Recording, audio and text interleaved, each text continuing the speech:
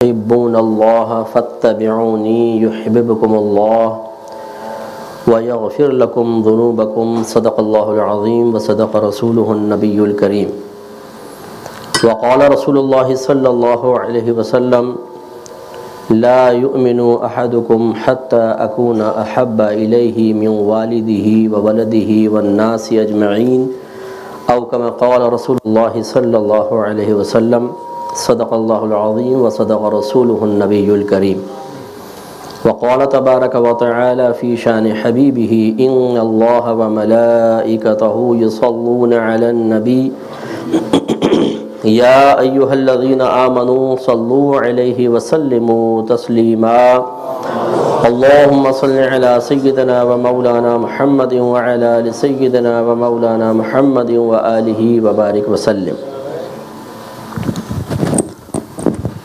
میں تمام یہاں جلوہ افروز علماء کرام کا شکریہ ادا کرتا ہوں کہ آپ نے ایک طالب علم کو اپنے سامنے چند کلمات کہنے کا موقع فراہم کیا۔ انتظامیہ کا بھی مشکور ہوں کہ آپ نے یہاں انوائٹ کیا اور کچھ معافی ضمیر ذکر کرنے کی مہلت دی۔ آپ سب کا بھی شکر گزار ہوں کہ آپ ایک طویل وقت سے یہاں بیٹھے ہوئے ہیں اور ابھی مزید انشاءاللہ بیٹھے رہیں گے۔ یہ بڑی ہمت کا کام ہوتا ہے انسان استقامت سے بیٹھے، کیونکہ لمبا پروگرام ہوتا ہے تو کمر بھی فریاد کرتی ہے کہ خدا کے واسطے کچھ رحم کیجئے۔ انشاءاللہ میں مختصر اور کوشش کروں گا کہ بس جامع تھوڑا سا بیان کریں۔ الحمدللہ یہ میلاد النبی کا مہینہ ہے، اور جب یہ مہینہ آتا ہے تو مسلمان اپنے قلب میں خوشیاں محسوس کرتے ہیں اور اپنی ہمت و استطاعت کے مطابق اس خوشی کا اظہار مختلف معمولات کے ذریعے کرتے ہیں۔ اللہ تبارک و تعالیٰ نے قرآن عظیم میں ان دونوں امور کو سراہا ہے، اس کا حکم دیا۔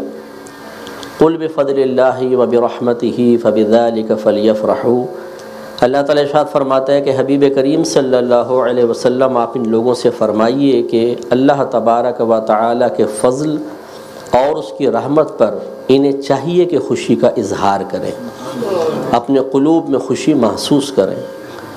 اور دوسرے مقام پہ ارشاد فرمایا وَأَمَّا بِنِعْمَةِ رَبِّكَ فَحَدِّثْ، اور اپنے رب کی نعمت کا خوب چرچا کرو۔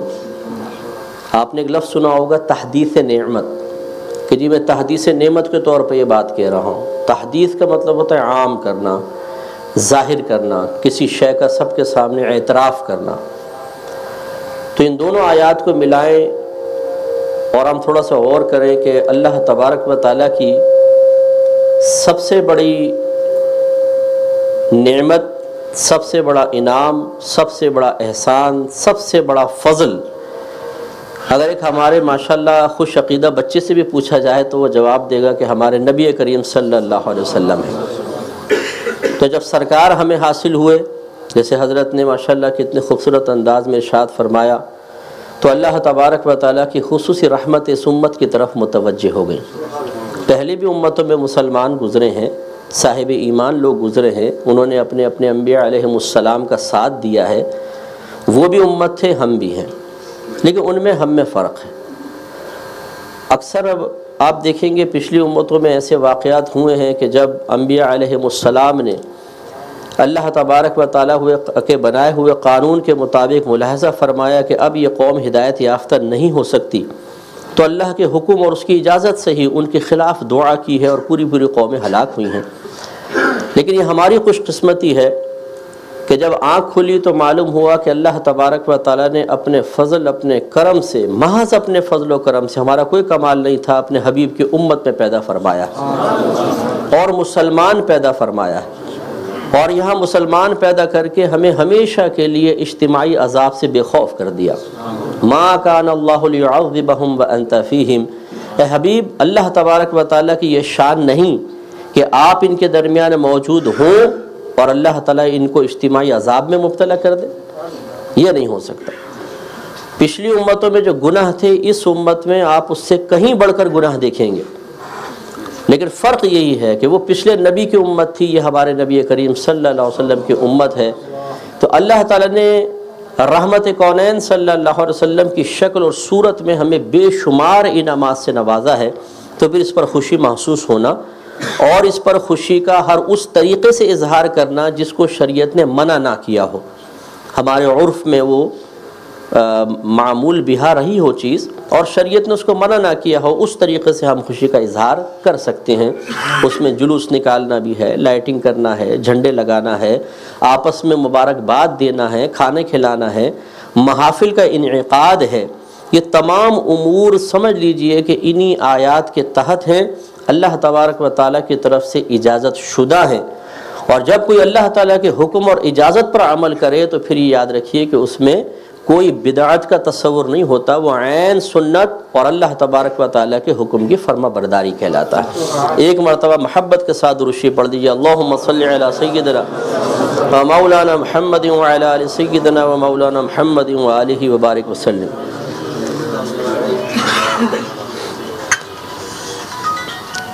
جیسے کہ حضرت نے اعتراف کیا تھا، حضرت نے تو پھر بہت خوبصورت باتیں بیان کی اور بڑا اچھے لہجے میں، مجھے تو بالکل بیان کرنا آتا ہی نہیں ہے، صحیح بات ہے، تو چند معروضات میں سادہ سے الفاظ میں اور سادہ سے لہجے میں آپ کی خدمت میں ذکر کروں گا، لیکن پہلے ایک شکوے کے ساتھ۔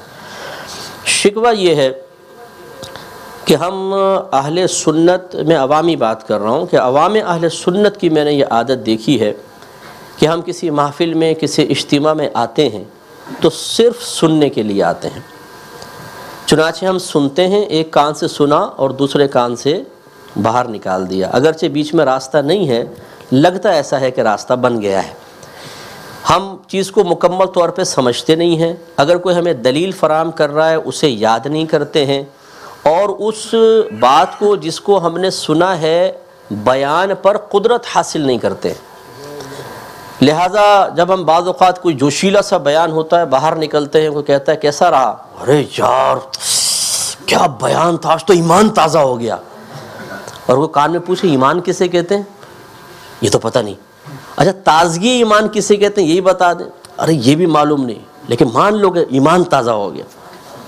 اچھا جو آپ نے سنا تھوڑا سا بیان ہی کر دیں، وہ موبائل میں ریکارڈ ہے یار، موبائل میں ریکارڈ ہے، میموری میں کچھ نہیں ہے، موبائل میں ریکارڈ ہے، وہ موبائل میں رہے گا۔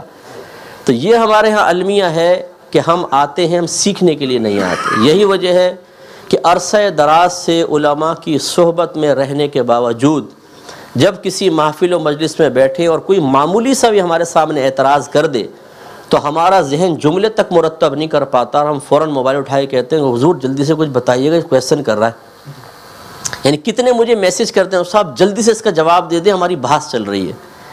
یعنی مفتی صاحب سارے کام چھوڑ کر ان کی خدمت میں لگ جائیں اور اس کو میں میسج کرتا رہوں کہ یہ بحث جب تک چلتے رہے ان کو جواب، بھئی آپ کیوں نہیں اس کے لیے تیار ہوتے؟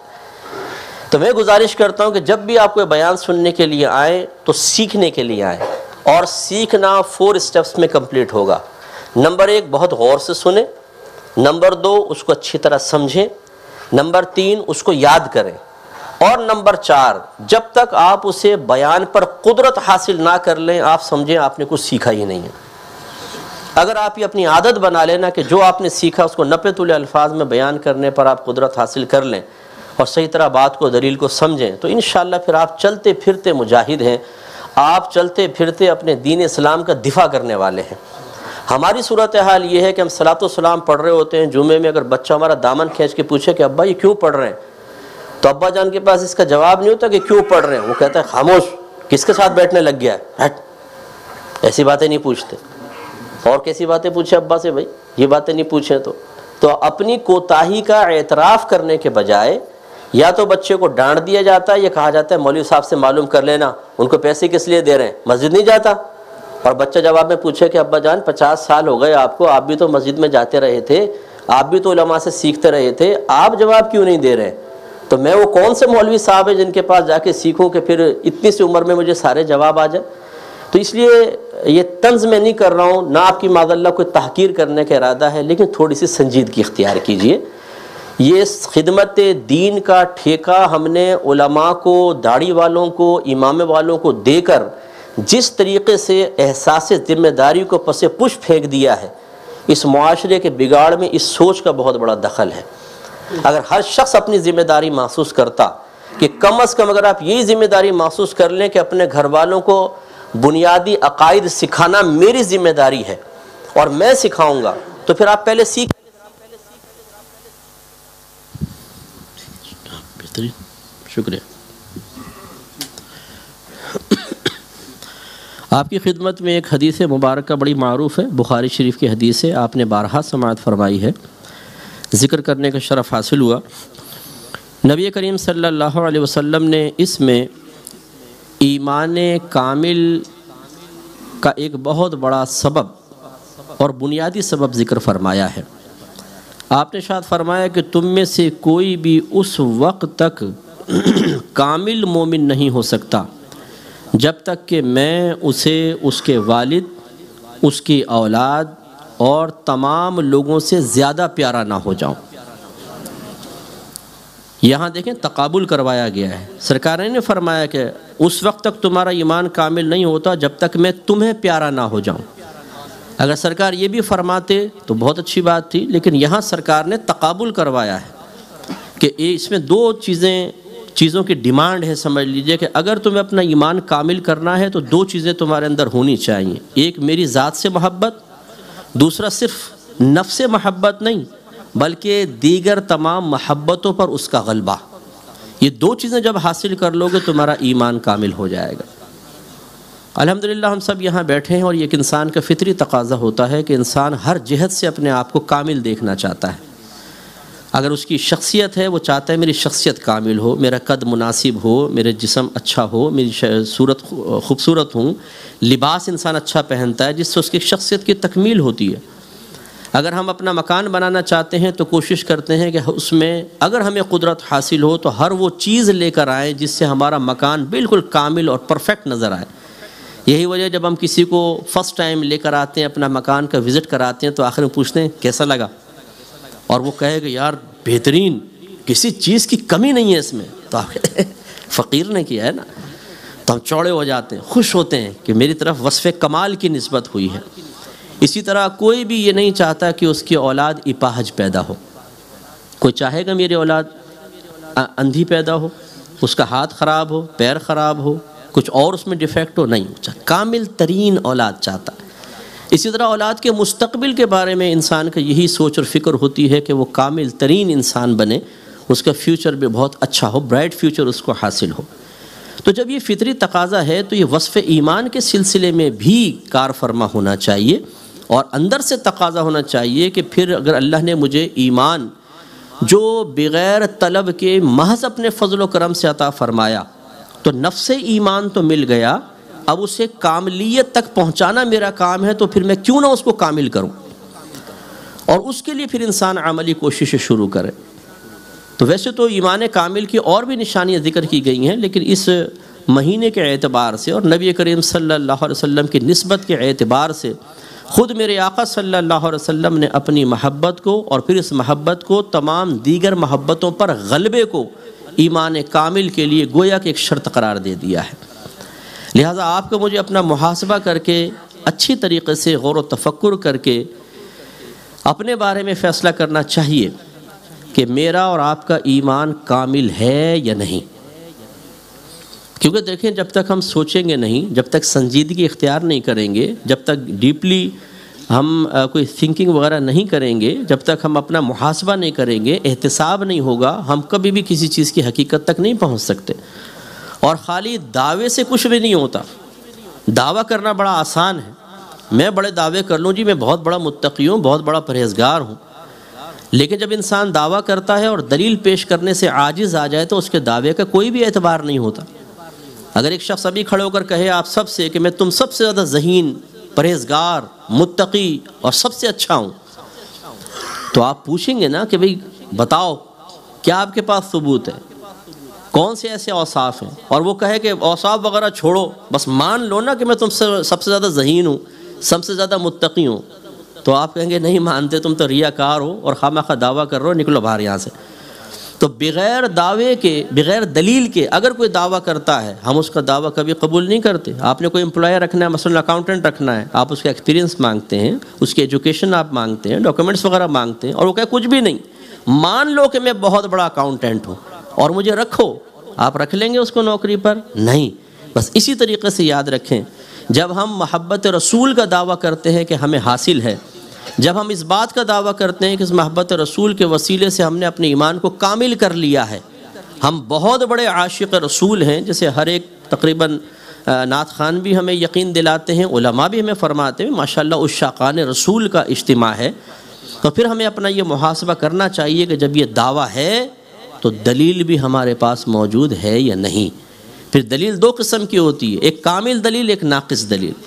علماء تشریح فرمائے کامل دلیل ہی سامنے والے کو ہمارا موقف ماننے پر مجبور کرتی ہے، ناقص دلیل پیش کریں تو اس کو کوئی اعتبار نہیں ہے۔ تو ہم نبی کریم صلی اللہ علیہ وسلم کی امت میں پیدا ہوئے، مسلمان گھرانے میں پیدا ہوئے، بیانات سنتے ہیں، ہمارے گھر والوں نے نبی کریم کی محبت ڈالی، تو اس کا کوئی انکار نہیں کر سکتا کہ محبت تو ہے، دل میں محبت تو ہے۔ تو کیا ایمان کامل کے لیے فقط اتنی سی محبت کو ثبوت پیش کرنا دلیل کامل کہلائے گا؟ نہیں۔ ہمارے علماء نے ارشاد فرمایا کہ محبت ایک قلبی کیفیت کا نام ہے، کسی کی طرف پسندیدگی کے ساتھ دل مائل ہو، اس کو محبت کہتے ہیں، اور جب اس میں شدت پیدا ہو جاتی ہے کہ انسان آؤٹ آف کنٹرول سا ہو جاتا ہے تو اس کا نام عشق رکھا جاتا ہے۔ محبت اور عشق قلبی کیفیت کا نام ہے، نظر تو نہیں آتے۔ تو اس کا مطلب یہ ہوا کہ اگر ہم اس بات کو ثبوت پیش کرنا چاہتے ہیں کہ میرا ایمان کامل ہے، میرے دل میں نبی کریم کی زبردست محبت ہے، تو اس کی کچھ ظاہری علامات بھی دکھانی ہوں گی، کچھ ظاہری علامات کو بطور ثبوت پیش کرنا ہوگا۔ اور پھر اگر میں یہ اور آپ یہ دعویٰ کرتے ہیں کہ میری محبت تمام محبتوں پر غالب ہے، تو اس کا بھی پھر ایک ثبوت فراہم کرنا ہوگا۔ تو اب یہ دونوں چیزیں بس میں آپ کی خدمت میں ذکر کرتا ہوں، اور سمجھ لیجئے کہ یہ علامات محبت کا ذکر اور نبی کریم صلی اللہ علیہ وسلم کی محبت کا دوسروں کی محبت پر غلبے کی جو علامات ہیں، یہ ایک آئینہ ہے۔ اس آئینے میں ہم سب کو اپنا چہرہ دیکھنا چاہیے، اپنے اعمال اور افعال کا اور سوچ اور فکر کا مشاہدہ کرنا چاہیے۔ یہ آئینہ ہمیں بتا دے گا کہ ہمارا ایمان کاملیت کی طرف ہے یا ابھی نقص کی طرف ہے۔ لہٰذا شیخ عبدالحق محدث دہلوی رحمۃ اللہ علیہ نے علامات محبت رسول ذکر کرتے ہوئے پہلی علامت یہ بیان فرمائی کہ جو نبی کریم صلی اللہ علیہ وسلم سے محبت رکھتا ہوگا وہ آپ پر کثرت سے درود پاک بھی پڑھے گا، کیونکہ درود پاک ایک ایسا بہترین وظیفہ ہے کہ جب انسان اس کو پڑھتا ہے تو اس کی روح پاک اور صاف ہونا شروع ہو جاتی ہے، اور جتنی کثرت سے وہ پڑھتا جاتا ہے روح کی صفائی ہوتی جاتی ہے، حتیٰ کہ علماء نے ارشاد فرمایا کہ پھر روح اتنی صاف ستھری ہو جاتی ہے کہ انسان چاہے تکلف کرے نہ کرے، اس کی روح براہ راست روح نبی صلی اللہ علیہ وسلم سے فیض حاصل کرنا شروع کر دیتی ہے، اتنا انسان کامل ہو جاتا۔ اور یہ میرے آقا صلی اللہ علیہ وسلم کی خواہش بھی تھی۔ حضرت کعب رضی اللہ تعالیٰ عنہ سرکار کے پاس تھے، سرکار نے پوچھا کعب تم ہم پر کتنا درود پاک پڑھتے ہو؟ اور ایک روایت میں کہ حضرت کعب نے خود عرض کیا رسول اللہ میں ایک حصہ درود شریف پڑھتا ہوں اور 3 حصہ دیگر وظائف پڑھتا ہوں، کیا یہ میرا عمل درست ہے؟ سرکار نے شاید فرمایا اچھا ہے، لیکن ہم پر اور درود پاک پڑھو تو تمہارے حق میں بہتر ہے۔ عرض کیا رسول اللہ پھر آدھا آدھا کر لوں؟ فرمایا یہ بھی بہتر ہے، لیکن اور اضافہ کرو تو اچھا رہے گا۔ عرض کیا رسول اللہ پھر 3 اور 1 حصہ کر لوں کہ 3 حصے درود شریف 1 حصہ دیگر وظائف؟ سرکار نے فرمایا یہ بھی اچھا ہے، لیکن اور اضافہ کرو تو تمہارے حق میں بہتر ہے۔ انہوں نے عرض کیا رسول اللہ پھر ایسا نہ کروں کہ تمام وظائف چھوڑ دوں اور آپ کی ذات اقدس پر درود پاک پڑھنا ہی وظیفہ بنا لوں؟ میرے آقا صلی اللہ علیہ وسلم نے فرمایا اگر آپ نے ایسا کر لیا تو یاد رکھو کہ اللہ تبارک و تعالیٰ تمہارے تمام گناہوں کی بخشش و مغفرت فرما دے گا اور تمہارے دنیا اور آخرت کے تمام کاموں کا کفیل ہو جائے گا۔ تو یہ خود سرکار کی خواہش بھی ہے۔ تو ہمارے علماء نے اس کی جو تعداد ہے کہ کثرت سے درود پاک پڑھنا، مختلف الفاظ وارد ہوئے ہیں، تعداد وارد ہوئی ہے، لیکن 313 مرتبہ اگر کوئی روزانہ درود پاک پڑھے تو اسے کثرت سے درود پاک پڑھنے والوں میں شمار کیا گیا ہے۔ اب آپ اور میں تھوڑا غور کر سکتے ہیں کہ کیا ہم روزانہ 313 مرتبہ اپنے پیارے نبی کریم صلی اللہ علیہ وسلم کی محبت کے اظہار کے سلسلے میں عقیدت کے ساتھ درود پاک پڑھتے ہیں یا نہیں پڑھتے ہیں؟ تو شاید ہم میں سے بہت سارے ایسے بیٹھے ہوں گے کبھی اذان میں سرکار کا نام سنا درود شریف پڑھ لیا، نماز میں درود ابراہیمی پڑھتے ہیں، نعت میں ذکر آیا ہم نے درود شریف پڑھ لیا، بیان میں ذکر آیا ہم نے صلی اللہ علیہ وسلم کہہ دیا، لیکن باقاعدہ اہتمام کے ساتھ سرکار کی محبت کا عملی ثبوت دینے کی نیت سے بطور وظیفہ درود پاک ایک مخصوص تعداد میں اکثریت نہیں پڑتی ہے۔ 24 گھنٹے ہماری گفتگو کا محور دنیا ہوتی ہے، کھیل ہوتا ہے، بیوی بچے، یا آج کل جو نوجوان سوشل میڈیا پہ 2.5 3 گھنٹے برباد کر رہے ہیں اور فیک آئی ڈیز بنا کر مختلف ناموں سے، نام ہے محمد اکرم اور آئی ڈی بنائی ہوئی ہے راجہ راکٹ کے نام سے، ٹیٹا پہلوان راجہ راکٹ، اور اس میں کانٹے ڈال کے بیٹھے ہوئے ہیں کہ کوئی نہ کوئی لیلا تو کبھی نہ کبھی مچھلی کی شکل میں آ کے پھنسے گی، اور پھر الٹی سیدھی چیٹ، یہ سب کام چل رہے ہیں۔ تو ان کاموں میں بربادی، میچز چل رہے ہیں فٹ بال کے، وہ ہم دیکھ رہے ہیں، فضول گفتگو، غلط قسم کی گفتگو، کرکٹ کے میچز ہیں اس کے لیے ٹائم بہت، لیکن ہمارے آقا صلی اللہ علیہ وسلم کے لیے 313 مرتبہ درود پاک پڑھنے کا تو شعور ہی حاصل نہیں ہے۔ سستی یا عدم سستی کا تو بعد میں معاملہ دیکھا جائے گا۔ تو یہ ایک المیہ ہے کہ سرکار سے محبت ہو اور پھر انسان درود پاک کثرت کے ساتھ نہ پڑھے، یہ قابل توجہ بات ہے۔ اس کا مطلب ہے کہ جو نہیں پڑھتا تو اس میں ایک علامات محبت کی کمی ہے، جس کی وجہ سے اس کے ایمان میں بھی تھوڑی بہت کمی ہو سکتی ہے۔ دیکھیں میرے آقا صلی اللہ علیہ وسلم کتنے خوش ہوئے اس بات سے۔ ترمذی کی روایت ہے، سرکار ایک دفعہ باہر تشریف لائے، صحابہ نے دیکھا چہرہ مسرت سے دمک رہا تھا۔ ہمارے جب ہوتا تو ہم کہتے ہیں کیا ہوا، کوئی بونڈ وونڈ لگ گیا کہ یار بڑا خوش آ رہا ہو؟ تو صحابہ کرام جانتے تھے کہ سرکار کوئی اپنے ذاتیات سے تو خوش ہوتے نہیں، تو فوراً پوچھا یا رسول اللہ آپ کے چہرہ انور پہ بڑی خوشی کے آثار ہیں، کیا وجہ ہے؟ سرکار نے بیان فرمایا بعد رسول یہ ہے کہ ابھی جبریل امین میرے پاس آئے اور مجھے یہ پیغام دیا کہ اللہ تبارک و تعالی ارشاد فرماتا ہے کہ جب آپ کا کوئی امتی آپ پر 1 مرتبہ درود پاک پڑھتا ہے تو میں اس پر 10 بار صلاۃ و سلام بھیجتا ہوں۔ صلاۃ و سلام کے الفاظ شیخ عبدالحق محدث دہلوی نے لکھے، صلاۃ مانے رحمت نازل فرمانا، سلام مانے سلامتی نازل فرمانا، تو اللہ تعالیٰ 10 بار رحمتیں بھیجتا ہے، 10 سلامتیاں اس پہ نازل فرماتا ہے۔ تو اس لیے اس علامت محبت رسول کو ہمارے اندر ہونا چاہیے تھا، نہیں ہے تو غور کرنا چاہیے۔ دوسری علامت بیان فرمائی کہ جو نبی کریم صلی اللہ علیہ وسلم سے محبت رکھتا ہوگا آپ کی سیرت کو پڑھے گا، آپ کے طریقوں کو اپنائے گا۔ لقد کان لکم فی رسول اللہ اسوۃ حسنہ، اللہ تعالیٰ فرماتا ہے ضرور بے شک ان نبی کریم صلی اللہ علیہ وسلم کی عملی زندگی میں تمہارے لیے بہترین عملی نمونہ ہے۔ لیکن آپ المیہ دیکھیں کہ کیا ہم نے نبی کریم کی سیرت کی کوئی کتاب الف سے لے کر یہ تک مکمل طور پہ پڑھی ہے؟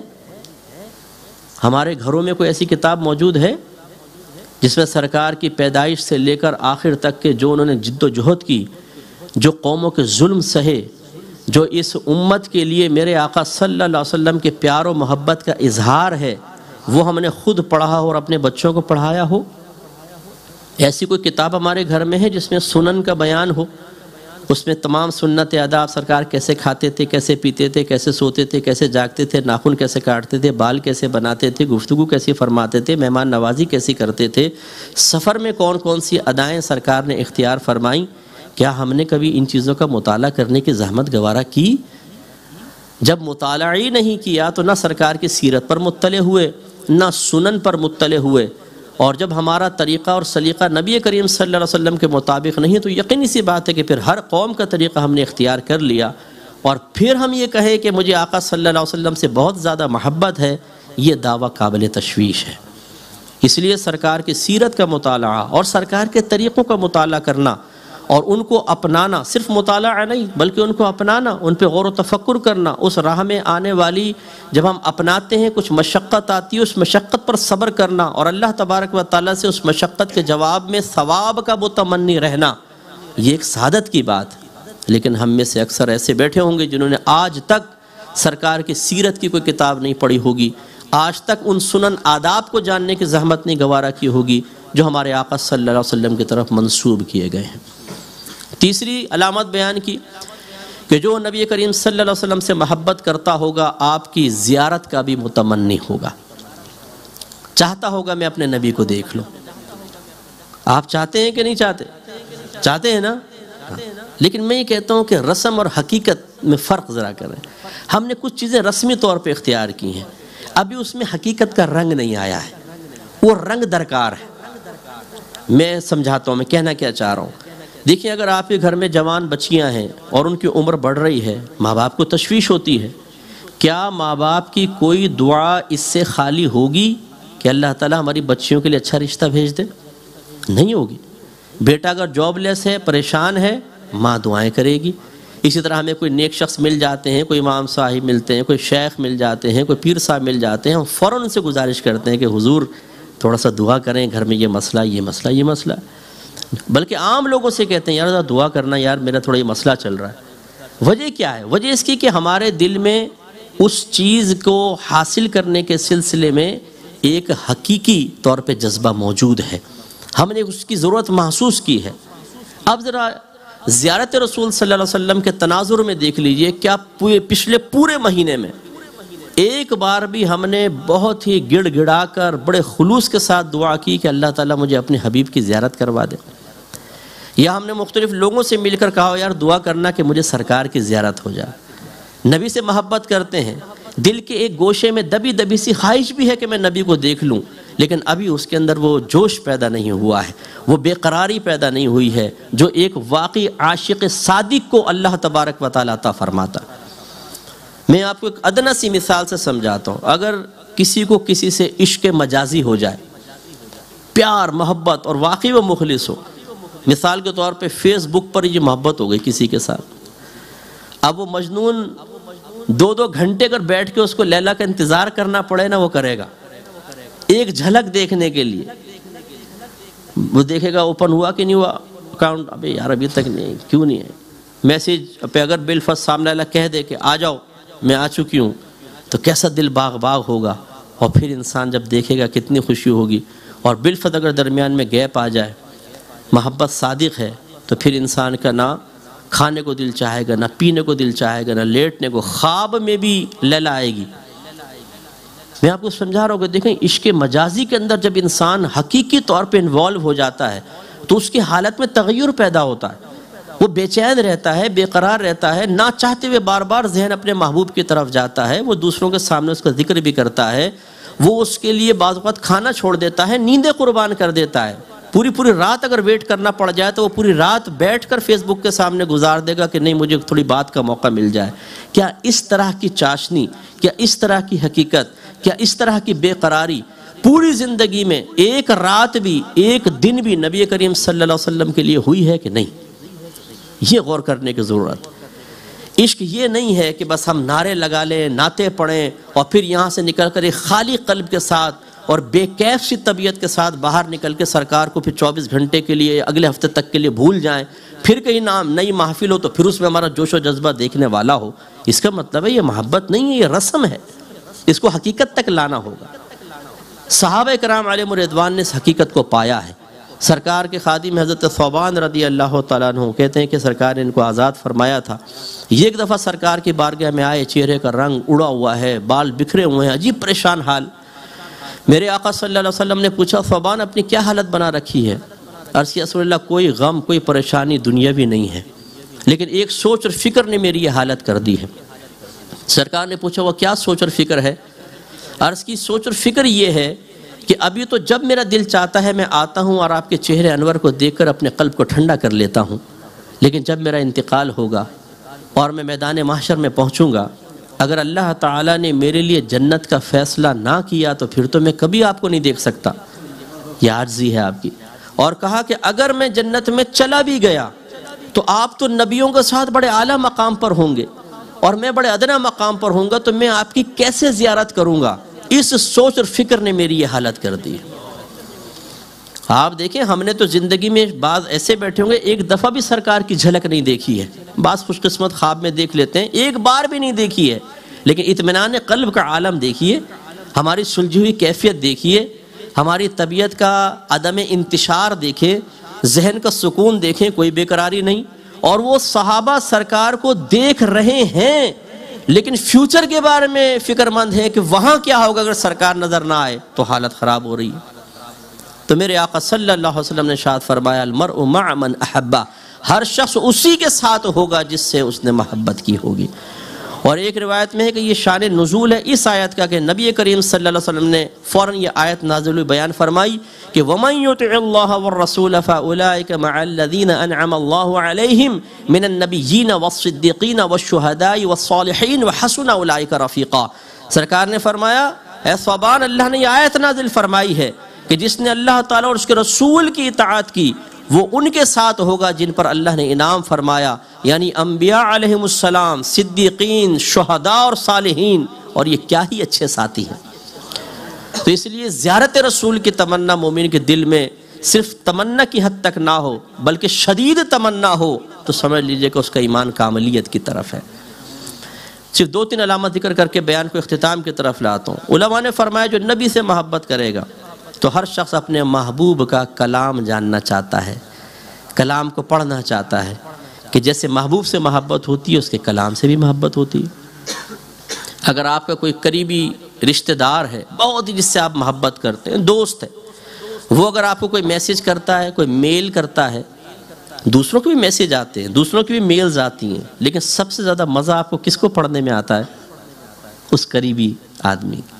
اور وہی میں پھر ادنا سی مثال دوں گا، اگر کسی کو عشق مجازی ہو جائے تو پھر اگر محبوب کا میسیج آ جائے لیلا کا مجنون کے لیے تو پہلے تو دیکھتے ہی نمبر دیکھتے ارے واہ کیا بات ہے، دل باغ باغ ہو جائے گا، پھر اس کو کھولیں گے، 1 دفعہ پڑھیں گے، 2 دفعہ، 3 دفعہ، ہر جملے سے ایک نیا مفہوم، ایک نیا معنی، ایک نئی چیز، اور پھر اس کو کوئی ڈیلیٹ نہیں کریں گے، اس کو ڈرافٹ میں رکھ لیں گے، جب کبھی دل چاہے گا نائٹ میں کھول کے اللہ تیرا بڑا شکر ہے۔ یہ ہماری حالت عشق مجازی میں۔ اب ذرا ادھر غور و تفکر کر لیں کہ ہم بھی اپنے نبی سے محبت کرتے ہیں۔ ہم میں سے کتنے ایسے ہیں جنہوں نے نبی کریم صلی اللہ علیہ وسلم کے کلام کو معتبر ماخذ میں پڑھا ہے؟ معتبر ماخذ میں ہم نے ان کا مطالعہ کیا۔ ہم پڑھتے ہیں کہاں؟ فیس بک پہ حدیث کوئی اور لکھی ہوتی ہے، نیچے بخاری لکھی ہوتی ہے، ہم کہتے ہیں بخاری کی حدیث پڑھ دی۔ کوئی ہمارے موبائل میں کبھی کوئی بھیج دیتا ہے حدیث، کوئی اس کا ٹھکانہ نہیں ہوتا بعض حدیثوں کا، نہ اس کا سر ہے نہ پیر ہے، جھوٹی حدیثیں، ہم اس کو آگے فارورڈ کر کے سمجھتے ہیں ہم حدیث پڑھ رہے ہیں۔ یہی وجہ ہے کہ ہمارے بہت سارے بھائی ایسے بیٹھے ہوں گے، ناراض مت ہوئیے گا، جنہوں نے اپنی پوری زندگی میں ایک بار بھی بخاری شریف کو اپنی آنکھوں سے نہیں دیکھا ہوگا۔ پکڑنا دور کی بات، کھولنا دور کی بات، اس کو پڑھنا دور کی بات۔ یہ 6 مستند کتابیں ہیں، بخاری، مسلم، ترمذی، ابو داؤد، ابن ماجہ، نسائی، جس میں میرے آقا صلی اللہ علیہ وسلم کے کلام کو جمع کیا گیا ہے۔ ہم الحمدللہ دور حدیث پڑھتے پڑھاتے ہیں، یقین کریں ایسی کیفیت ہوتی ہے کہ جب حدیث پڑھتے ہیں ایسا لگتا ہے کہ ہمارے آقا صلی اللہ علیہ وسلم سامنے جلوہ افروز ہو کر ہم سے بات کر رہے ہیں۔ اسی لیے علماء کا مقام بہت بلند و بالا ہے کہ وہ کبھی قرآن پڑھ رہے ہیں کبھی حدیث۔ جب قرآن پڑھتے ہیں تو محسوس ہوتا ہے اللہ تعالیٰ کلام فرما رہا ہے، جب حدیث پڑھتے ہیں تو ایسا لگتا ہے جیسے سرکار کلام فرما رہے ہیں، جب صحابہ گزارشات کر رہے ہیں تو ایسا لگتا ہے کہ اسی مجلس محفل میں ہم بھی بیٹھے ہیں اور صحابہ کا کلام سماعت فرما رہے ہیں۔ تو پھر یہی چیزیں ذہنوں میں گردش کرتی رہتی ہیں، پاکیزگی رہتی ہے، گندگی ختم ہو جاتی ہے اور اللہ تعالیٰ اپنی بارگاہ میں مقبول بناتا ہے۔ ہمارے گھروں میں کیا یہ 6 کتابیں ہیں کہ ہم نے ان کا مطالعہ کیا ہے؟ برکت کے لیے ہی ہم سیٹ لے کر رکھ لیتے۔ میں کبھی آپ کو یہ مشورہ تو نہیں دوں گا کہ آپ حدیث کو براہ راست پڑھیں، اسے لازم ترجمہ اور شرح کے ساتھ پڑھیں، صرف حدیث نہ پڑھیں، صرف ترجمہ نہ پڑھیں، شرح ضرور پڑھیں، لیکن ہونی تو چاہیے کم از کم گھر میں۔ کاش ہم ایسا کرتے، لیکن کوئی کلام پڑھنے کے لیے ہم تیار نہیں۔ گھروں میں جا کے دیکھیں، ڈائجسٹ ہیں، ناولز ہیں، گانے کی CDs آپ کو مل جائیں گی، گیم کی CDs آپ کو مل جائیں گی، ہر چیز مل جائے گی، لیکن ہماری الماریاں سیاہ ستہ کے سیٹ سے خالی ہیں۔ یہ افسوسناک صورتحال ہے۔ ہمیں پری پلان نبی کریم صلی اللہ علیہ وسلم کے فرامین سے دور کیا گیا ہے، یاد رکھیں۔ قرآن تو ویسے ہم نہیں پڑھتے، اس سے دور ہیں، حدیثوں سے دور کر دیا، نہ براہ راست اللہ تعالیٰ سے تعلق رہا، نہ براہ راست نبی کریم صلی اللہ علیہ وسلم کے کلام کے ذریعے آپ سے تعلق رہا، تو ہماری پھر حالت یہ ہے۔ علماء اگر آپ کے سامنے بیان کرتے ہیں، وقت کی قلت کی وجہ سے اتنا ہی کر سکتے ہیں جتنا وقت اجازت دیتا ہے، اور خاص مواقع کے ہی بیانات ہو سکتے ہیں۔ باقی جو نبی کریم کی لاکھوں حدیثوں میں لاکھوں پیغامات ہیں جو تزکیہ نفس کے لیے بھی انتہائی ضروری ہیں، ان کے مطالعے کی ہمیں فرصت نہیں ہوتی ہے۔ یہ معقول بات نہیں ہے، اس پہ توجہ کرنی چاہیے۔ آخری بات بس عرض کروں گا، جو سب سے بڑی علامت محبت رسول علماء نے لکھی ہے اس کو ذرا توجہ سے سماعت فرمائیے گا، اور یہ بہت بڑا ہمارے لیے امتحان بھی ہے۔ میں نے جو آیت عرض کی اس میں اسی طرف اشارہ ہے اس کے شان نزول کئی بیان کیے گئے ہیں، جن میں سے ایک یہ ہے کہ ہجرت سے قبل نبی کریم صلی اللہ علیہ وسلم اپنے کاشانہ اقدس سے باہر تشریف لائے تو کفار بتوں کی عبادت کر رہے تھے، تو سرکار نے ان سے دریافت فرمایا کہ تم ان کی عبادت کیوں کرتے ہو؟ انہوں نے جواب دیا، اس لیے تاکہ اللہ تبارک و تعالیٰ ان کی عبادت سے خوش ہو کر ہمیں اپنا محبوب بنا لے۔ مقصد تو اچھا تھا نا، اللہ تعالیٰ ہمیں اپنا محبوب بنا لے۔ اللہ تعالیٰ نے آیت نازل فرما کے انہیں یہی بات سمجھائی کہ مقصود بہت اچھا ہے، اس مقصود کو حاصل کرنے کے لیے جو تمہارا خود ساختہ طریقہ ہے اس میں نقص ہے، اسے ختم کرو، اور جو طریقہ ہم بتا رہے ہیں اسے اختیار کر لو، تو اللہ تبارک و تعالیٰ تمہیں اپنا محبوب بنا لے گا۔ قُلْ إِن كُنتُمْ تُحِبُّونَ اللَّهَ فَاتَّبِعُونِي، اللہ تعالیٰ نے فرمایا حبیب ان سے کہہ دیجئے اگر تم اللہ تبارک و تعالیٰ سے محبت کا دعویٰ کرتے ہو تو فَاتَّبِعُونِی، میری اطاعت کرو۔ یعنی نبی سے فرمایا اللہ تعالیٰ نے حبیب آپ ان سے کہیں کہ تم میری اطاعت کرو، میرا کہنا مانو، میرا حکم مانو، تو نتیجہ کیا نکلے گا؟ یحببکم اللہ، اللہ تبارک و تعالیٰ تمہیں اپنا محبوب بنا لے گا، اور جب محبوب بنائے گا وَيَغْفِرْ لَكُمْ ذُنُوبَكُمْ، تو تمہارے تمام گناہوں کی بخشش و مغفرت کر دی جائے گی۔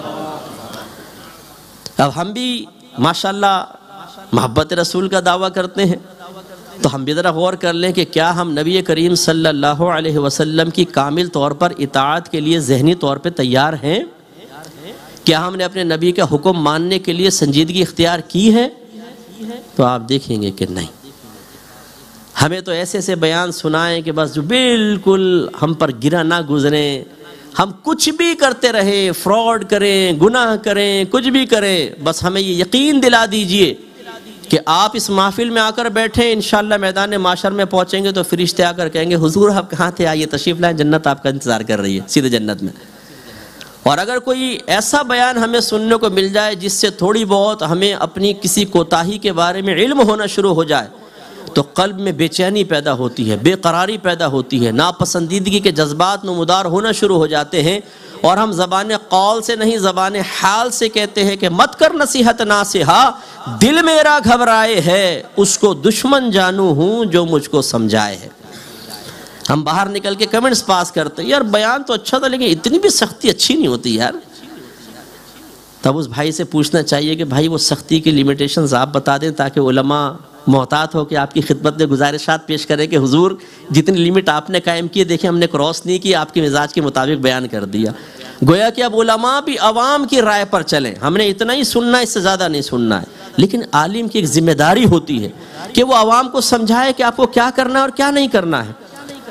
لہٰذا نبی کریم صلی اللہ علیہ وسلم سے محبت کا دعویٰ کرنے والا اور پھر سرکار کی اطاعت نہ کرے، آپ کا حکم نہ مانے، یہ نہیں ہو سکتا۔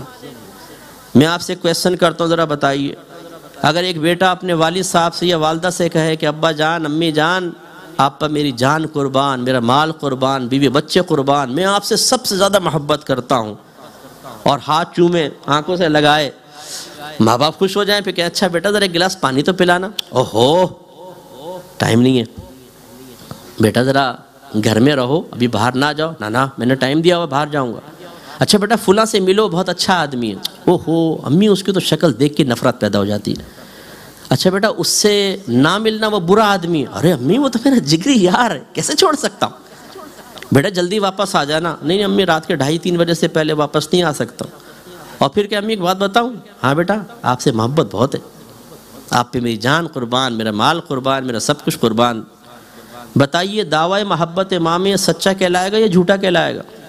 زور سے بولیے۔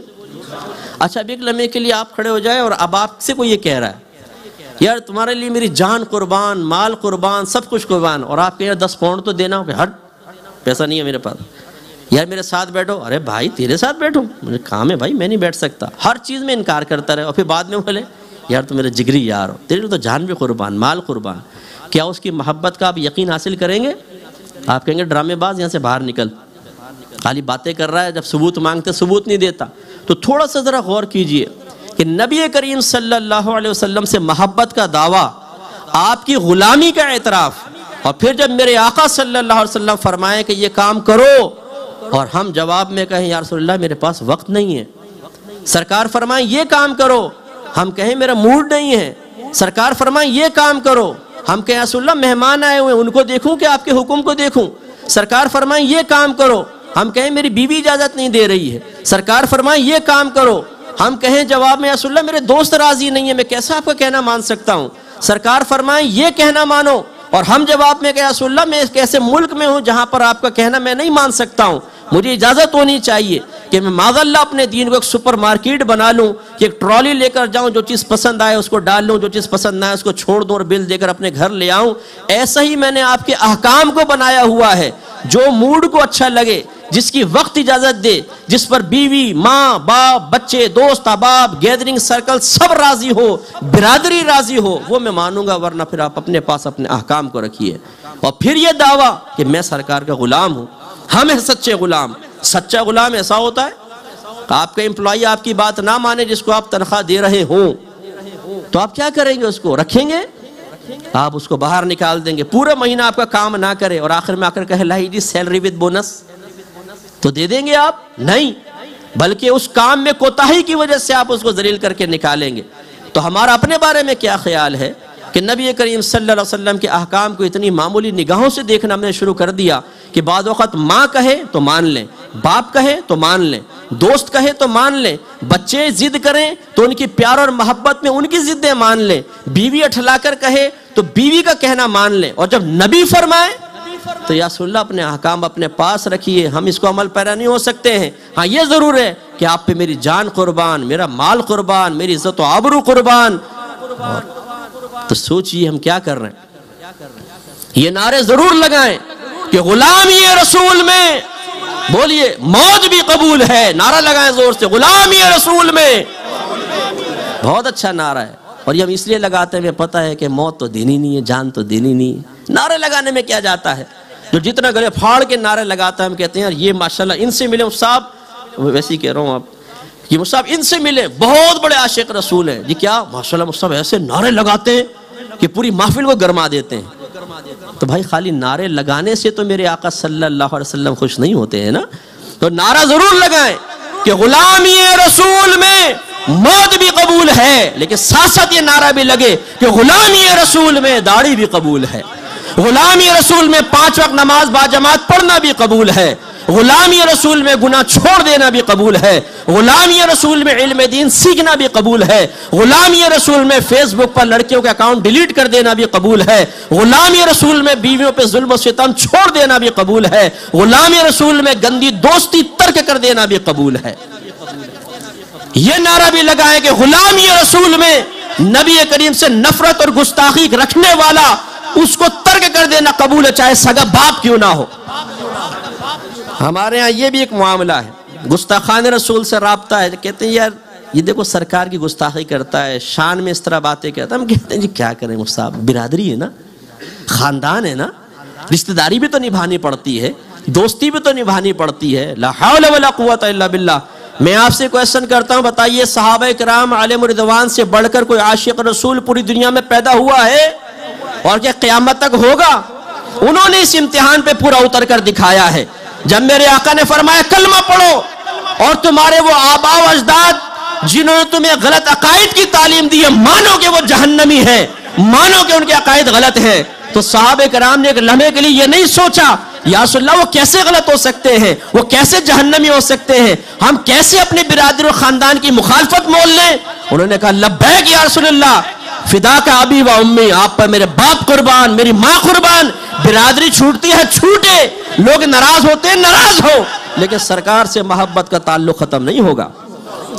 اور جب میرے آقا نے فرمایا ہجرت کرو، چھوڑ دو وہ مکہ جہاں تمہارا بچپن گزرا ہے، جہاں تم پیدا ہوئے ہو، جہاں تمہارا خاندان ہے، برادری ہے، بیوی بچے ہیں، باغات ہیں، مویشی ہیں، ٹھنڈے میٹھے پانی کے چشمے ہیں، تمہارا بزنس ہے۔ صحابہ کرام نے نہیں پوچھے یا رسول اللہ صلی اللہ علیہ وسلم آگے چل کر کیا ہوگا، ہم خاندان کو چھوڑ دیں، ہم برادری کو چھوڑ دیں، اکیلے ہو جائیں؟ نہیں، انہیں معلوم تھا کہ دامن مصطفیٰ سے وابستہ ہوں گے تو پوری کائنات قدموں میں ہوگی، اور یہ دامن چھوڑ کر سب سے وابستہ ہو جائیں گے تو اللہ تعالیٰ سب کی چیز نعمتیں، سب رحمتیں ہم سے دور فرما دے گا اور کچھ بھی ہاتھ میں نہیں رہے گا۔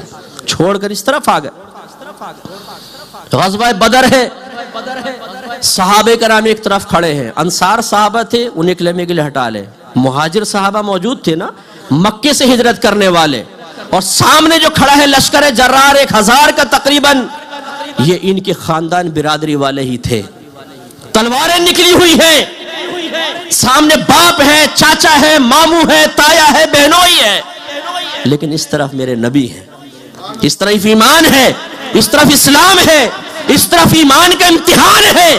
صحابہ کرام علیہ رضوان کے پاؤں میں لرزش پیدا نہیں ہوئی، ہاتھ نہیں کانپے ہیں، اگر باپ پہ ہاتھ اٹھائے تو باپ کی گردن اڑائی ہے، اگر چاچا پہ حملہ کیا ہے تو چاچا ہی گردن اڑا دی۔ اب اگر محبت ہے تو صرف سرکار کے دامن سے وابستگی کی وجہ سے ہے، ورنہ نہ کوئی ہمارا باپ ہے، نہ کوئی ہماری ماں ہے۔ حضرت ابو بکر صدیق رضی اللہ تعالیٰ عنہ کے صاحبزادے حضرت عبد الرحمن بن ابی بکر کہتے ہیں، اسلام لانے کے بعد غزوہ بدر میں کفار کی طرف سے آئے تھے، ابا جان کئی مرتبہ ایسا ہوا کہ آپ میری تلوار کے سامنے آئے، لیکن صرف اس لیے تلوار روک لی کہ آپ میرے والد ہیں۔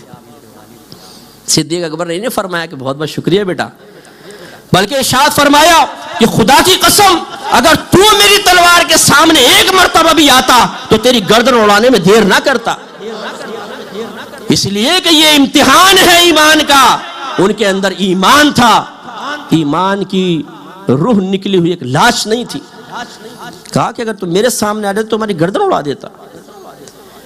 غزوہ احد میں جب بہت سارے مسلمان شہید ہوئے ہیں تو عورتیں جب لاشیں لائے گئیں، عورتیں آئیں، ایک خاتون آگے بڑھی، کسی نے کہا آپ کے والد کی لاش ہے، کہا کہ ٹھیک ہے لیکن یہ بتاؤ سرکار کیسے ہیں۔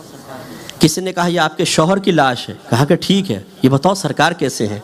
کسی نے ایک لاش رکھی سامنے، یہ آپ کے بھائی کی لاش ہے، کہا کہ یہ بھی ٹھیک ہے لیکن یہ بتاؤ میرے سرکار کیسے ہیں۔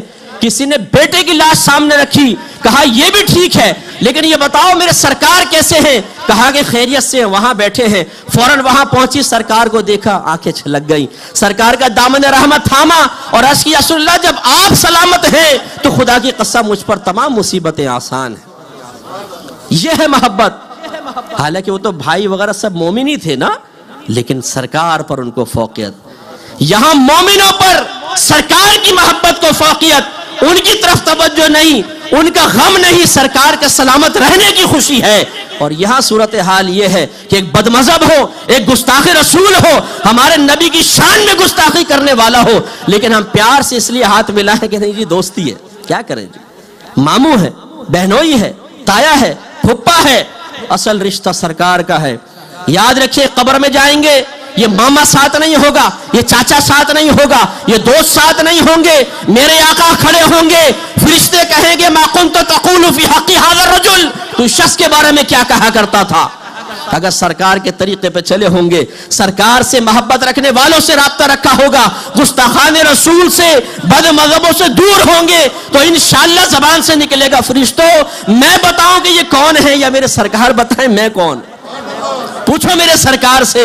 ہر مشکل کا مقابلہ کیا ہے، اپنے آقا کے لیے سب کو چھوڑ دیا، آقا کا دامن تھاما، اللہ نے پوری کائنات، پوری دنیا کی دولت میرے قدموں میں ڈالی، میرے سرکار سے پوچھو۔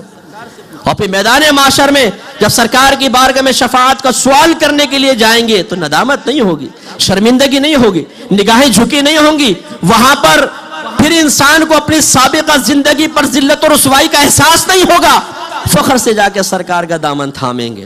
اور جو یہاں سرکار کے دشمنوں کے ساتھ رابطہ رکھتا ہوگا اور وہ دشمن ایک لائن میں مجرمین کی حیثیت سے شرمندگی کے ساتھ سر جھکا کے کھڑے ہوں گے، اور اللہ نہ کرے اگر اللہ نے ان کے ساتھ ہمیں بھی کھڑا کر دیا تو پھر کس منہ سے سرکار کی بارگاہ میں حاضر ہوں گے۔ اس لیے میں آپ سے گزارش کرتا ہوں کہ کاملیت ایمان کے لیے سنجیدگی اختیار کریں۔ تو پھر ذرا شروع سے آئیے۔ نمبر 1، 313 مرتبہ درود پاک کو اپنی عادت بنائیں۔ نمبر 2، سرکار صلی اللہ علیہ وسلم کی زیارت کے لیے بے قراری اور بے چینی پیدا کریں۔ اس کے لیے میں آپ سے گزارش کرتا ہوں ہر دعا میں ذکر کریں اللہ تعالیٰ مجھے اپنے حبیب کی زیارت کروا، دوسروں سے عرض کریں، اور رات میں عشاء کی نماز کے بعد شیخ عبدالحق محدث دہلوی رحمۃ اللہ علیہ کے مطابق تازہ وضو کر کے، صاف ستھرے کپڑے پہن کے، خوشبو لگا کر، مدینے کی طرف مصلی بچھا کر، بیٹھ کر، آنکھیں بند کر کر جتنی تعداد میں آسانی سے درود پاک پڑھ سکتے ہیں، وہ 313 کے علاوہ پڑھیے گا آپ، وہ پڑھیں اس تصور کے ساتھ کہ میرے آقا میرے سامنے جلوہ افروز ہو کر میرا درود پاک سن رہے ہیں۔ فرماتے ہیں زیارت کے لیے مجرب چیز ہے، سرکار بڑا کرم فرماتے ہیں، زیارت بھی ہوگی انشاءاللہ۔ اپنے گھروں میں سیاہ ستہ کا سیٹ رکھیں، ترجمہ اور شرح کے ساتھ، مشورہ علماء سے کر لیجئے گا، آپ کو انشاءاللہ بتائیں گے، تھوڑا تھوڑا مطالعہ کریں، کوئی بات سمجھ میں نہ آئے علماء سے رجوع کریں، یا ایسے دروس میں شرکت کریں، درس حدیث، درس قرآن۔ المیہ یہ ہے کہ ہمیں کوئی نعتیہ محفل کا بینر نظر آتا ہے، فلاں فلاں نعت خوان آ رہے ہیں، عرس ہے 11ویں کا محفل 12ویں کی، ہم فوراً جاتے ہیں جوگ در جوگ، جانا چاہیے، ناجائز نہیں ہے، میں منع نہیں کر رہا ہوں، لیکن اگر کہیں لکھا ہو درس قرآن، درس حدیث، اس میں اتنے سے لوگ بیٹھے ہوتے ہیں، کیونکہ وہاں نبی کا کلام پڑھا جائے گا، وہاں صرف اللہ کا کلام ہے، اور ہمارا نفس اس میں چاشنی محسوس نہیں کر رہا، تو معاذ اللہ ہم اس دروس میں شرکت نہیں کرتے ہیں، یہ غلط ہے۔ سرکار کا کلام سننے آئیے، اور گھر میں سیاست کا سیٹ رکھے۔ اس کے علاوہ سیرت کی ایک کتاب اپنے گھر میں رکھیں، سیرت رسول عربی لے لیں، نور بخش توکلی صاحب رحمۃ اللہ علیہ کی مختصر سی ہے، اسے آپ مطالعہ کریں۔ اگر بچے نہیں پڑھ سکتے ہیں تو آپ اس کو انگلش میں ٹرانسلیٹ کر کے ان کو سنائیں، بچوں کو بتائیں کہ بیٹا دیکھو اس طرح نبی کریم پیدا ہوئے، اتنی مشقت صحیح ہے، اس طرح پھر ہجرت فرمائی، اس طرح تسلسل سے سرکار نے جہاد کیا ہے، تاکہ بچوں کو پوری لائف سرکار کی پتہ چلے۔ اور امیر دعوت اسلامی الحضرت مولانا الیاس قادری صاحب دامت برکاتہم العالیہ کی بہترین تصنیف ہے فیضان سنت، یہ گھر میں رکھیں، اس میں سنن آداب ہیں، خود بھی پڑھیں، غور کریں میں کیا پورا کر رہا ہوں کیا نہیں، بچوں کو بھی سمجھائیے تاکہ بچے بھی اس کو حاصل کریں اور بچوں کی زندگی اچھے سے اچھی بنتی چلی جائے۔ اس کے بعد اطاعت رسول، اور اطاعت رسول کے لیے علم لازم ہے، کیونکہ دیکھیں اطاعت عقیدے میں بھی ہوگی، اطاعت عمل میں بھی ہوگی، اور اطاعت گناہ چھوڑنے میں بھی ہوگی، یہ تین مین چیزیں ہیں۔ عقیدہ بما دلیل، یہ سیکھنا بہت ضروری ہے۔ احکام شرعیہ عملیہ، ایسے شرعی احکام جن کا تعلق ہمارے عمل کے ساتھ ہے، یہ ہمیں سیکھنے ہوں گے۔ مثلا جب آپ بالغ ہو گئے، نماز فرض ہو گئی، اب نماز میں وضو ہے، غسل ہے، تیمم ہے، فرائض ہے، شرائط ہیں، واجبات ہیں، نماز ٹوٹتی ہے بہت سی چیزوں سے، غسل کن چیزوں سے واجب ہوتا ہے، وضو کن چیزوں سے ٹوٹ جاتا ہے، یہ میموری کے اندر ہونی چاہیے، یہ نہیں کہ کتابوں میموری میں چلتا پھرتی آپ لائبریری بن جائیں، یہ تمام آپ کو سیکھنا ہوگا۔ اسی طرح جب آپ جو شادی شدہ یہاں بیٹھے ہیں ان سے میری گزارش ہے کہ جو حقوق زوجین ہیں یہ سب آپ سیکھیے، بیوی کا آپ پر کیا حق ہے، اس کے کیا فرائض ہے، آپ کا کیا حق ہے، کیا فرائض ہے۔ اسی طرح طلاق کے مسئلے ضرور سیکھیے گا، یہ میری نصیحت اور وصیت یاد رکھیے گا کہ بعض اوقات انسان کو شعور بھی حاصل نہیں ہوتا، اور علم سے تو ہم پہلے ہی خالی ہیں، اور انسان کی زبان سے کچھ جملے نکلتے ہیں اور بیوی فوراً نکاح سے نکل جاتی ہے۔ اس کے بعد لڑائی جھگڑے میں آپ کے بعد ہم صلح تو کر لیتے ہیں، لیکن اب صلح نکاح کے بغیر ممکن نہ تھی، لیکن ہمیں نہیں پتہ تھا اور ہم ساتھ رہنے لگے، تو پھر یاد رکھیں بغیر نکاح کے ساتھ رہیں گے، اور جو آگے گناہ ہوگا وہ الامان والحفیظ۔ میں ایک مثال آپ کو دیتا ہوں، بیوی کہہ رہی ہو کہ طلاق دے دو مجھے، چھوڑ دو، اور شوہر جواب میں اس مذاکرہ طلاق کی محفل میں کہہ دے جا دفع ہو جا، فوراً طلاق پڑ جائے گی، لڑکی نکاح سے نکل جائے گی۔ لیکن یہ ہمیشہ نہیں ہوتا کہ جب بھی کہیں گے جا دفع ہو جائے گی، اس کے لیے ذرا ایک ماحول چاہیے۔ جیسے میں نے بتایا عورت مطالبہ کر رہی ہو، اس کے جواب میں انسان کہے گا فوراً نکاح ٹوٹ جائے گا، نیت ہو یا نہ ہو، کیونکہ یہاں مذاکرہ طلاق ہی نیت کے قائم مقام ہے۔ آپ یقین کیجئے جب میں نے احکام شریعت میں طلاق کے مسائل بیان کیے، اتنے مسائل میرے سامنے آئے۔ ایک مسئلہ تو ایسا آیا کہ 20 سال پہلے شوہر نے طلاق دی تھی، 20 سال پہلے، اور ان کو پتہ نہیں تھا۔ مثلا لڑکی نے مجھے کہا کہ میرے شوہر نے 3 طلاقیں دی، میں نے کہا تم نے تو طلاق دے دی ہے، زبان سے طلاق دی، تو شوہر نے کہا کہ ارے بے وقوف، زبان سے طلاق کوئی ہوتی ہے، لکھ کر ہوتی ہے۔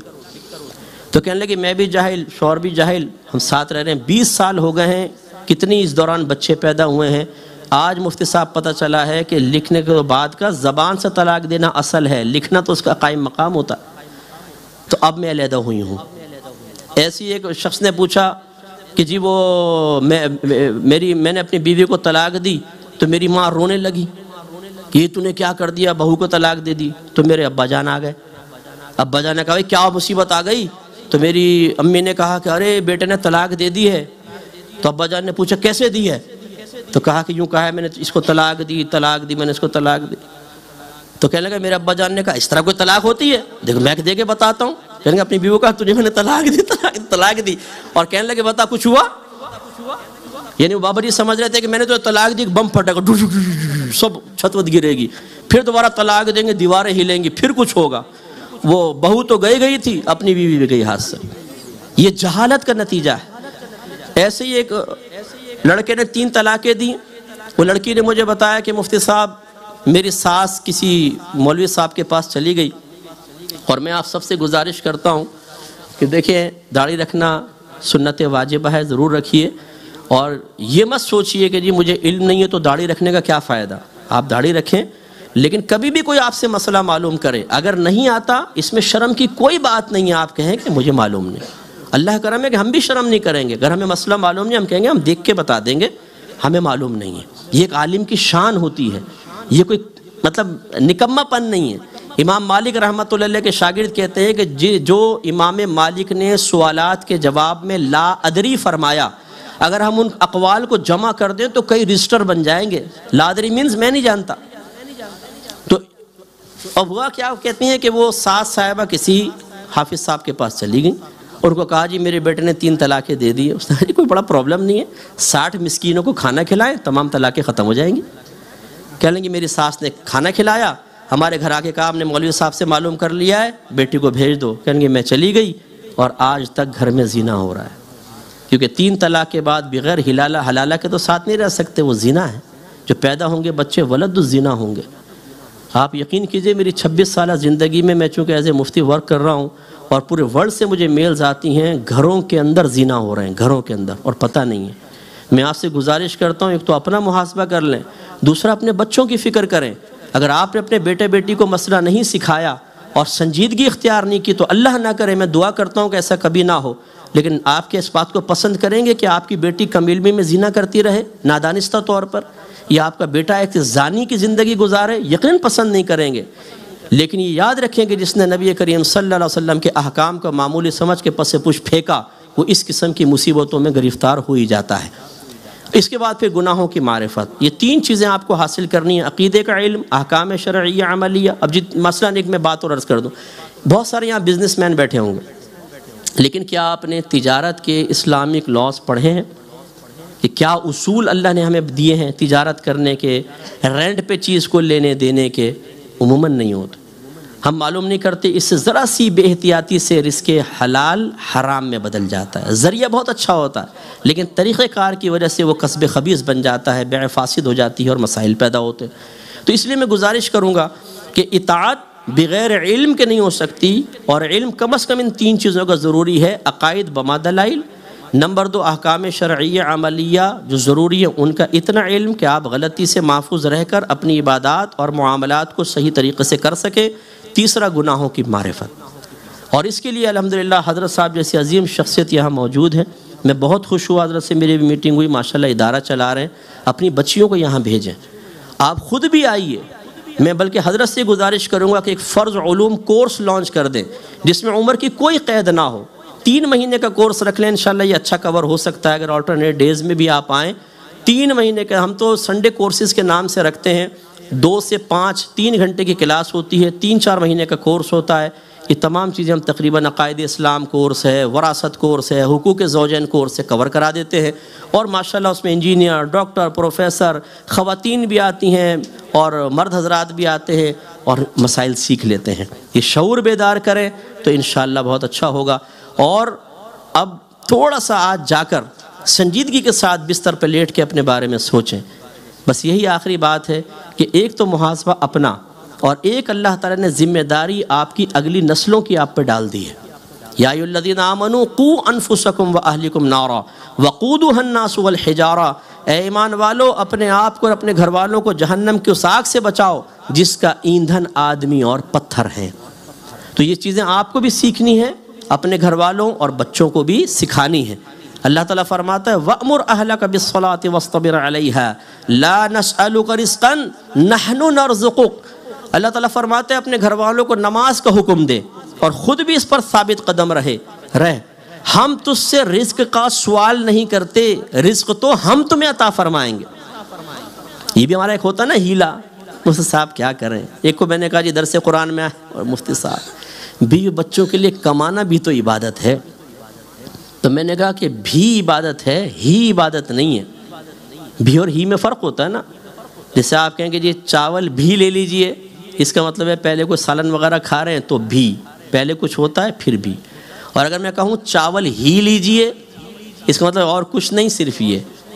تو اب یہ کہتے ہیں جی کمانا بھی تو عبادت ہے، تو اگر بھی عبادت ہے تو پھر تو آپ کو دوسرے کام بھی کرنے ہوں گے، لیکن مراد لے رہے ہیں ہی عبادت ہے. بس کمائی میں لگ جاؤ، بچوں کا مستقبل بہتر بناؤ، انہیں تربیت سے عاری رکھو، اور کل سر پکڑ کے بیٹھ جاؤ جب وہی اولاد معاذ اللہ غیر مسلم سے شادی کر رہی ہو، وہی ڈرگس کی طرف چلی جائے، وہی ماں باپ کی آنکھوں میں آنکھیں ڈال کے بدتمیزی کر رہی ہو، پھر احساس ہوتا ہے کہ جب ہم نے ایک عمر تھی ان بچوں کو سکھانا تھا اور دین کو معمولی سمجھ کر نبی کریم صلی اللہ علیہ وسلم کے احکامات کو بوجھ سمجھ کر خود بھی بے عمل رہے اور بچوں کو بھی اس سے دور رکھا، آج اس کا وبال ہم بھگت رہے ہیں. کتنے گھرانے ایسے ہیں، ماں باپ روتے ہیں ہمارے سامنے، یقین کریں آنسوؤں سے روتے ہیں، استاد دعا کریں بیٹا آوارہ گرد ہو گیا. مذہب بدل لیے ہیں بچوں نے، لڑکیاں غیر مسلمین سے نکاح کر رہی ہیں. آپ بھی جانتے ہیں، اللہ نہ کرے ہمارے گھروں میں ایسا ہو، لیکن اگر ہم نے سنجیدگی اختیار نہیں کی اور اپنے آقا صلی اللہ علیہ وسلم کی غلامی کا حقیقی ثبوت نہ دیا اور اپنے آقا کے احکام کو معمولی سمجھ کر چھوڑنے کی عادت بد کو ترک نہ کیا، تو اللہ نہ کرے ایسی کوئی چیز میرے آپ کے سامنے بھی آ سکتی ہے. اللہ تعالیٰ سے دعا ہے کہ رب کریم جو کچھ ہم نے سنا اسے ذہن میں محفوظ رکھنے، دوسروں تک پہنچانے، عمل پیرا ہونے کی توفیق عطا فرمائے. آمین. وآخر دعوانا ان الحمد للہ.